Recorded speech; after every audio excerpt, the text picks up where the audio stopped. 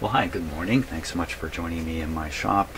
Today I'm going to go after these four potentially nasty capacitors here.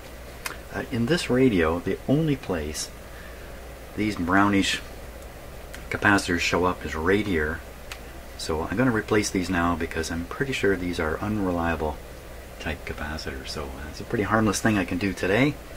I've got the replacement capacitors out here. I've got some exact replacements can go in, and then I've got to double two small ones up because these are 2200 picofarad capacitors, so this is how I'll get there.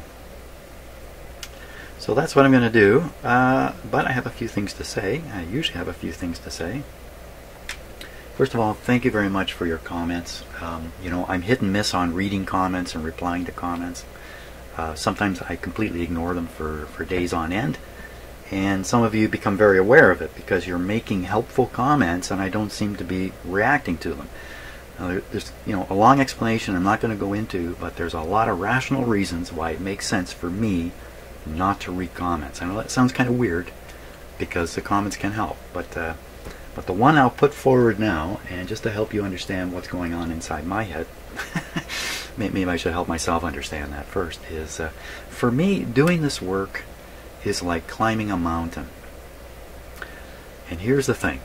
If I get to the top of the mountain, but the way I got there was on the backs of a lot of viewers, I won't feel a sense of success at the end. And believe me, the whole thing about comments, it goes far beyond what I'm saying in terms of the impact on me and my ability to carry out this work. So believe it or not, yes, there's positives from comments, and even helpful comments can be problematic for me at this end. So I won't go into it any further, but that's the story. So please keep making comments, because if I don't read them, other people are reading them. Healthy discussions are going on. People are learning stuff. Maybe I'm going to learn it the hard way a couple videos later, but so be it. So now, I could be talking and working at the same time, couldn't I? I think I can do those two things at the same time. So let's go after this one first. I don't know if I should try to... These don't look like they're soldered in too tough. Let's try removing them with a soldering iron here. So, but probably the most exciting thing is, I believe it was someone named Melissa, kind of hinted that there might be English instructions out there in the world for this radio, and that would make sense to me because this radio is marketed in North America. The FM dial is North American. It's English on the front. Surely to goodness somewhere there's an English manual, but I haven't found it. I keep finding the German manual, but I did find something really interesting, and son of a gun, I don't have the... Well, the fellow's name doesn't appear who wrote this, but his nickname appears, so I won't bother repeating that. But look at this. This is a guy who worked on exactly the same radio. Handed to him by a friend or a neighbor, and can you make this work, please? And he went through it. And here's the thing. I've read through his 1, 2, 3-page description of what happened to his radio, and some of it matches up with this one. For instance, the reason I'm changing these out now is I read in his paper here that he had one that was defective. It was causing trouble. I'm sure these are going to eventually... These are going to be early failures, that's for sure. There's lots of other stuff in here, including... Let me read this one part to you if I can find it quickly. Let's see. AM proved to be a disaster because the switches were so intermittent. That's exactly what's wrong with this radio. And first job is to try to clean the switch bank. Well, of course, I didn't do that first, did I? I didn't realize that at first. So, and he worked away out. He had to do it quite a few times to get the switches to work. So I'm feeling a little better. Somebody else has gone down the same road. But without going into that article any further, there's some other important hints about how to deal with the weak magic eye over here, and one or two other things, which... and a lot of encouragement, because these things apparently when they are working really well, they sound fantastic. So I've also got a response from the owner. I was updating him on where I am in the repair. cautioning him that I'm going into what could be a very laborious process of doing the alignment, the results of which may not be all that good. In fact, they are coming fairly good, but in terms of improvement, it may only be a 10-15% improvement. I can't know until I do it. He said, go ahead, make this thing work as good as I can make it work. So all lights are green, and I've stopped working again. Oh, I'm waiting for my soldering iron. That's what I'm doing. And guess what? Today is a gray, rainy day. I have 2 depressed cats upstairs. Poor things. The last couple of days have been just beautiful outside. Temperature just getting warm enough for t-shirts and stuff like that. Hot sunshine. It's been fantastic. See, these are just pulling it. Oh, careful. I'm going to lose track of which is which here. Second, and well, there's nothing else connected here, and this one's the blue wire. Let's not forget that. I'll do these one at a time here. Blue wire. Yeah, they're just kind of jammed in there.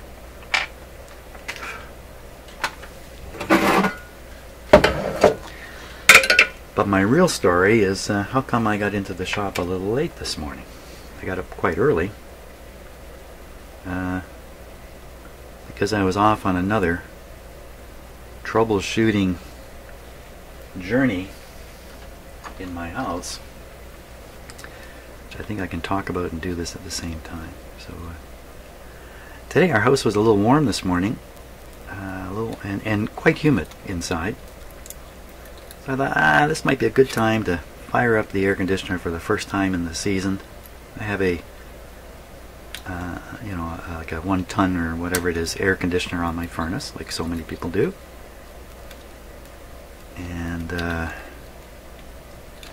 over to the thermostat, clicked on the air conditioner. Nothing happened. Came downstairs.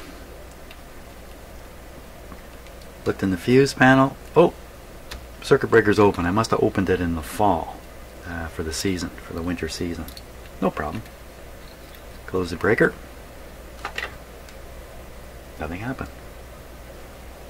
Go upstairs, check the setting on the thermostat, all that kind of stuff.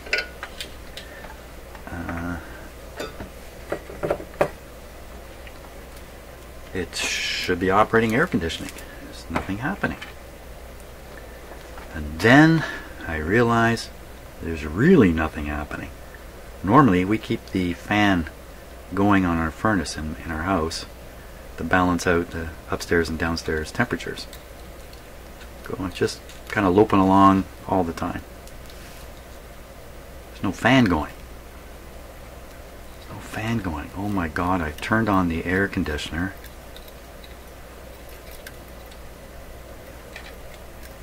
Why does that seem so loose?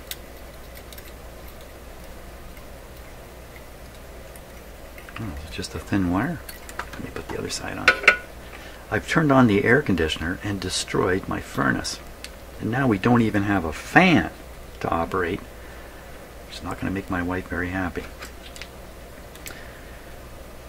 Plus, I just put my breakfast on my plate to eat and discovered a furnace seems to be busted.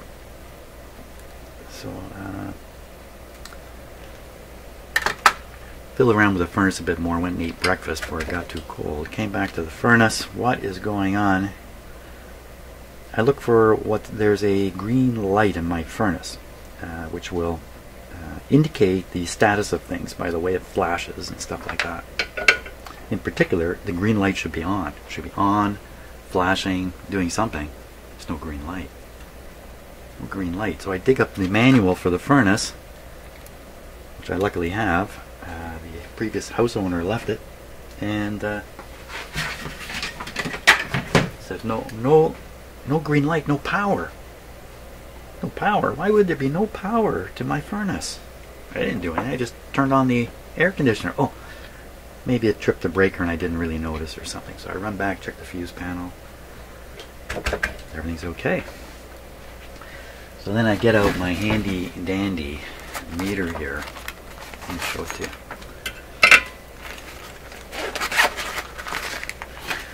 This meter has a handy feature, this NCV or whatever, and it can detect where there's power. You know, there's no power there. It shouldn't be beeping, but that's what it does anyway. Not sure why it thinks there's power in that wire. So I check at the fuse box on the wire, you know, the cable, the power wire heading to my furnace. There's no power on the wire. The breaker is closed. There's no power on the wire. What the hell could that possibly be?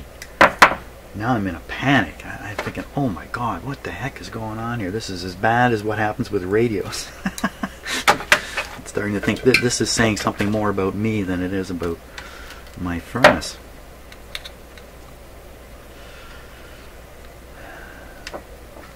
So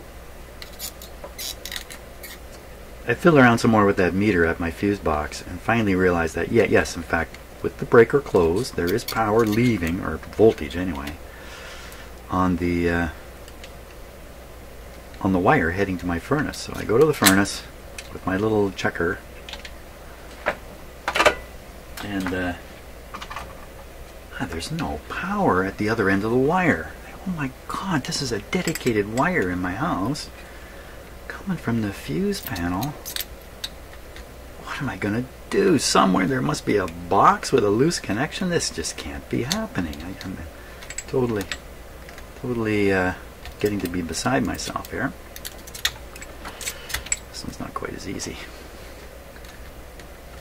I'm trying to not disrupt the capacitor too much because I do want to test these. I don't want to have... There.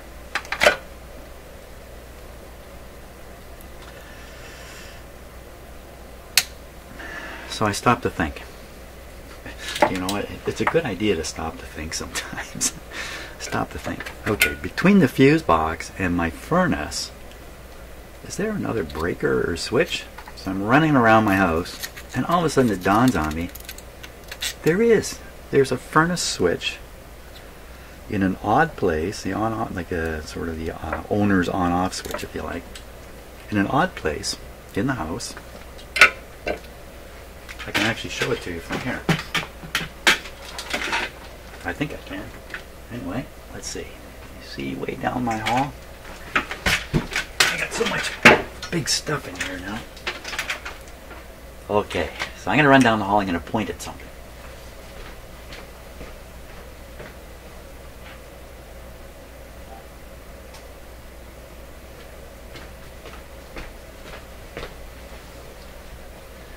So this is a little thermometer humidistat that we keep just stuck on a metal wall plate there because it has magnets on the back of it, and we just look at it during the day when we're checking it out. You see 40% humidity. That's why I wanted to turn on the air conditioner. 21 degrees. It's still pretty cool in the house.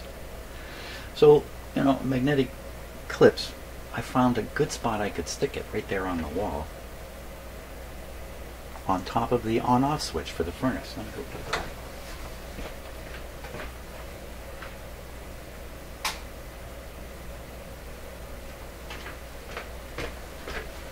Okay, I don't know how, but somehow that switch got turned off. The furnace was turned off.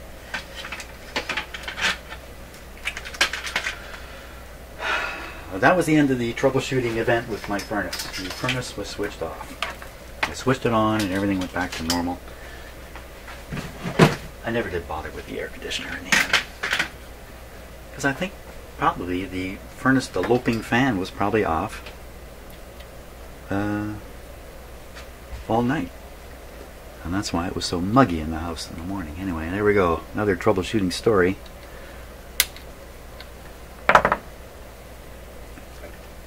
You name it, I got to troubleshoot it here in my house. There we go.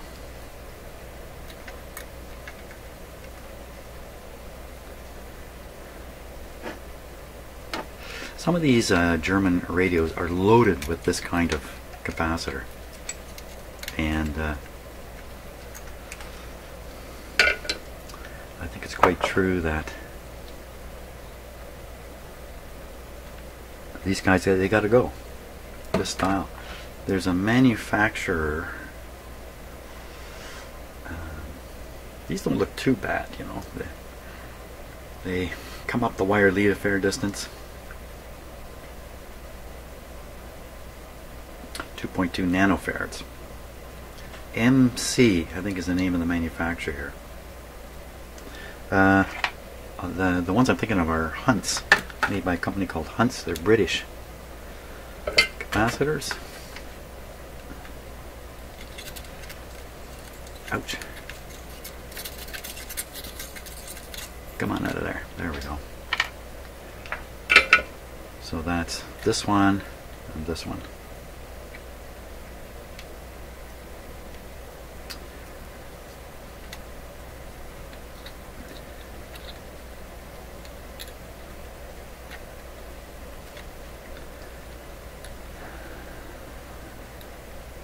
Now I'm in the real danger zone. You see, I've got some work here and I'm able to talk while I do it. If I'm not careful, I mean, I am going to talk. I better not.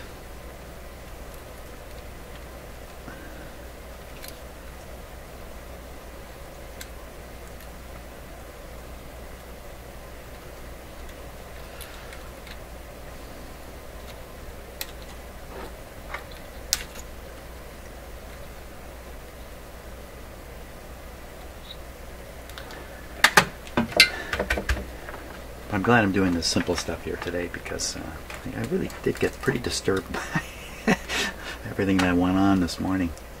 You know, I try not to get into a panic, but all I could think about was $1,000 furnace repairs coming.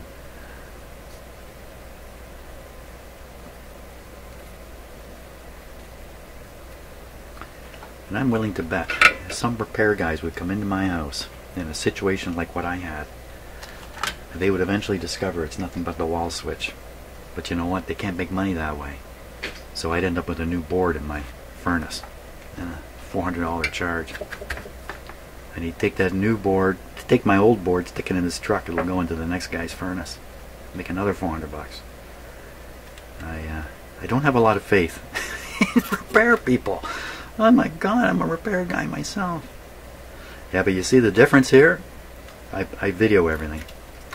In all honesty, long before I ever started this, I got this idea in my head that it would be good if everybody videoed everything they did, you know, in terms of customer work for people. I was thinking about auto mechanics in particular.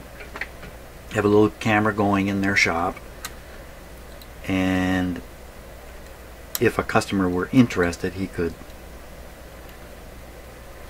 you know, he could see what the mechanic actually did. You know what I could talk about? I can tell you why it is I make videos. Okay.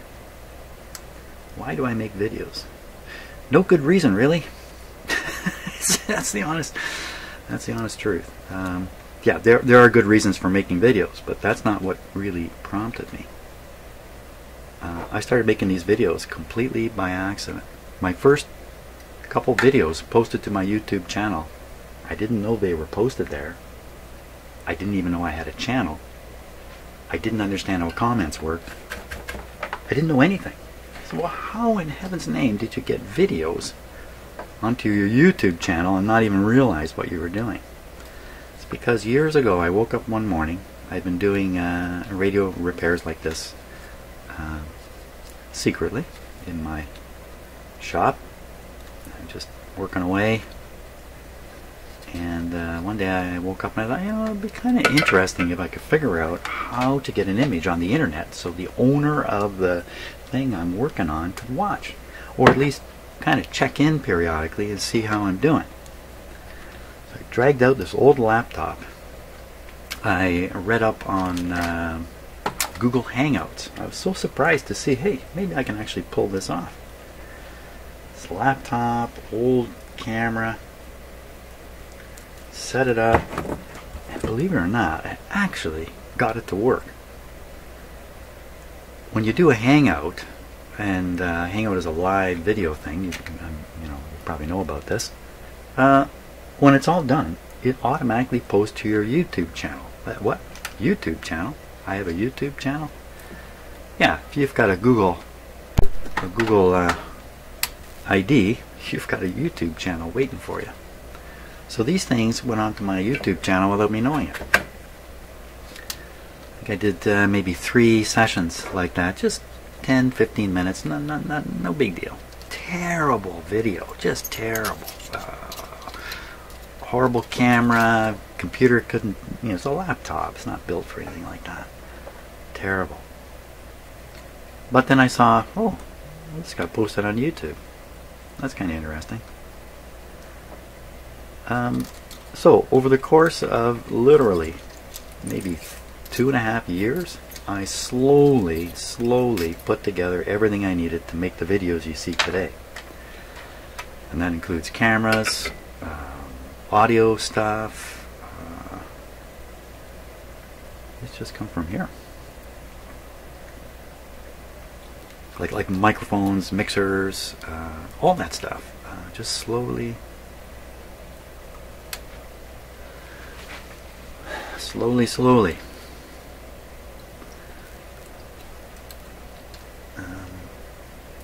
the software I use for making videos. If you've been watching my videos for years, if you've been crazy enough to follow me along on this journey, then you might remember some of these things. I made a lot of videos just using a tablet. I discovered one of my tablets, or my only tablet, my BlackBerry Playbook, which I still use this thing.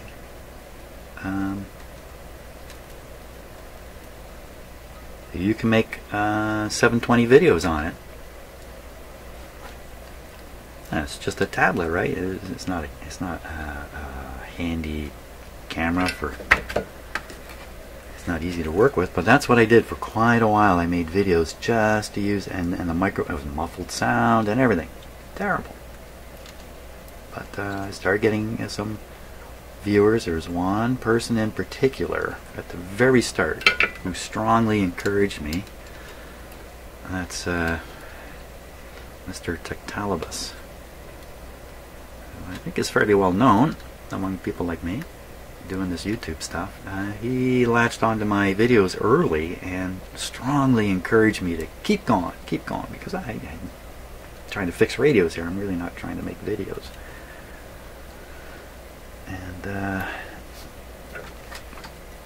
And slowly my videos start out 10 to 15 minutes a shot, and slowly people started watching, and slowly I got some viewers like you, and some people began to what do you call it? Son of a gun.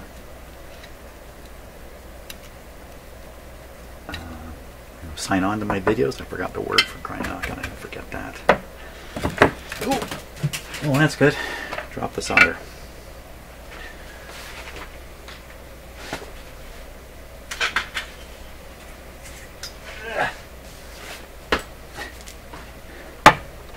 That's how I get my exercise. Now there is some more to this. As random as it all sounded, soldering iron's off. Soldering iron time's out. At the same time, I had semi-retired, or retired from my main efforts in life, professional efforts, and I was looking for something I could do to keep my brain alive, bring in a little bit of money. It doesn't have to be a lot, but bring in a little bit of money. Get me involved in some of the new technology, like Instagram or Facebook or whatever it is. All that stuff, I'd kind of stayed a little away because of time constraints in my life. And I was looking for something that would fill a large gap, give me some purpose in life. I was very worried about not having purpose. My purpose cannot be to watch CNN all day. And just making absolutely sure nothing is. See, there's almost a hidden short right there. Let's just pull those up. Out of the way. The last ones are up quite high. I didn't put these up quite so high. I think we're good though. Everything looks good.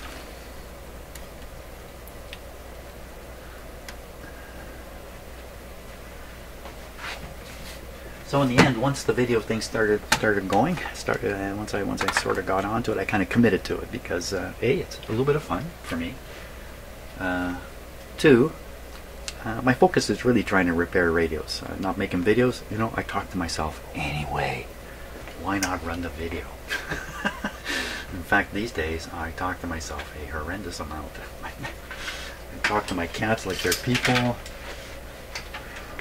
My wife asks me all the time, "Who are you talking to?" I'm just talking to myself. We're going to test these capacitors right now, and that's going to be this video. I'm not going to stick another 90-minute video up there.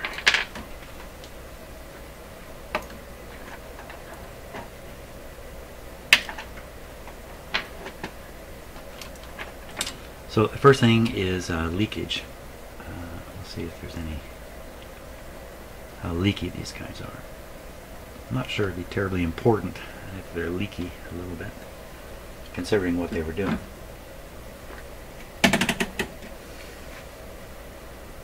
Good, you can see the eye. Good. Okay, so I'm gonna make sure that's in the right spot. Good, Jim. Way to go. I'm gonna hit the leakage. That'll put 25 volts onto this little capacitor on my keyboard, and the eye will indicate the degree of leakage. If there's no leakage, the eye will pop back open just like this. If there's leakage, the eye will be more and more closed. Here we go. Yeah, pretty good, eh? 150. Now, the problem with these capacitors may not be leakage. From the story that was written on those 3 pages, 250 volts. A little bit of leakage at that point, you could see. One of these was breaking down and causing static and crackling. So that's the problem he had. I don't think that problem existed in this radio yet, but I think we can assume these guys might go that way. 25 volts. They're all going to be exactly the same. 150. A little better than the last one. 150 volts on this capacitor. And this instrument, as soon as you let go of this control, it applies a short across these leads and drains the capacitor. And the general rule of thumb is drain the capacitor with a short the same length of time you spent charging it. People think an instant discharge of a capacitor is charge is gone. No, no, no. It takes time for the this one's showing a little more of a leak. Not much though, again. I mean, these are probably actually quite serviceable capacitors. If they actually do have some kind of crackly short thing in them, I don't think I could figure it out with this instrument. You kind of have to listen to them somehow.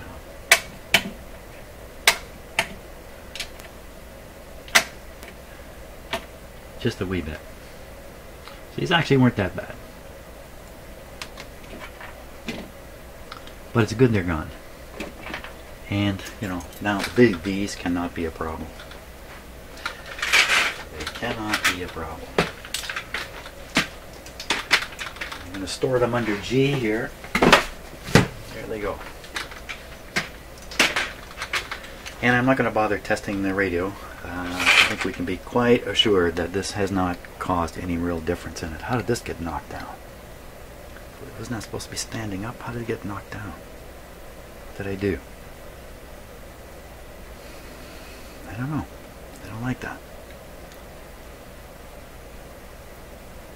I don't like that. I don't know how that happened.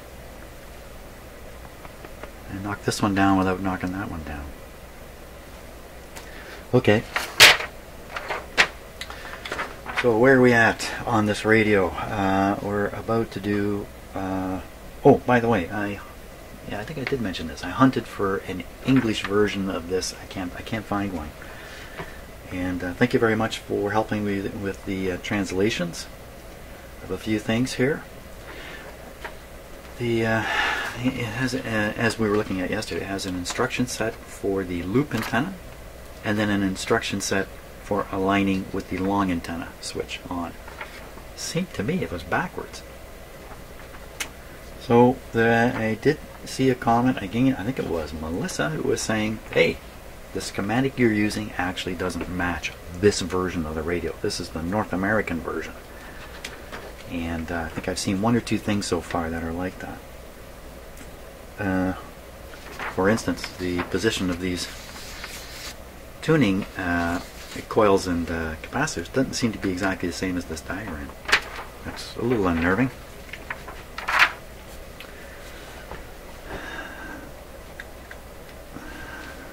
Okay, I think that's it for this particular session, and I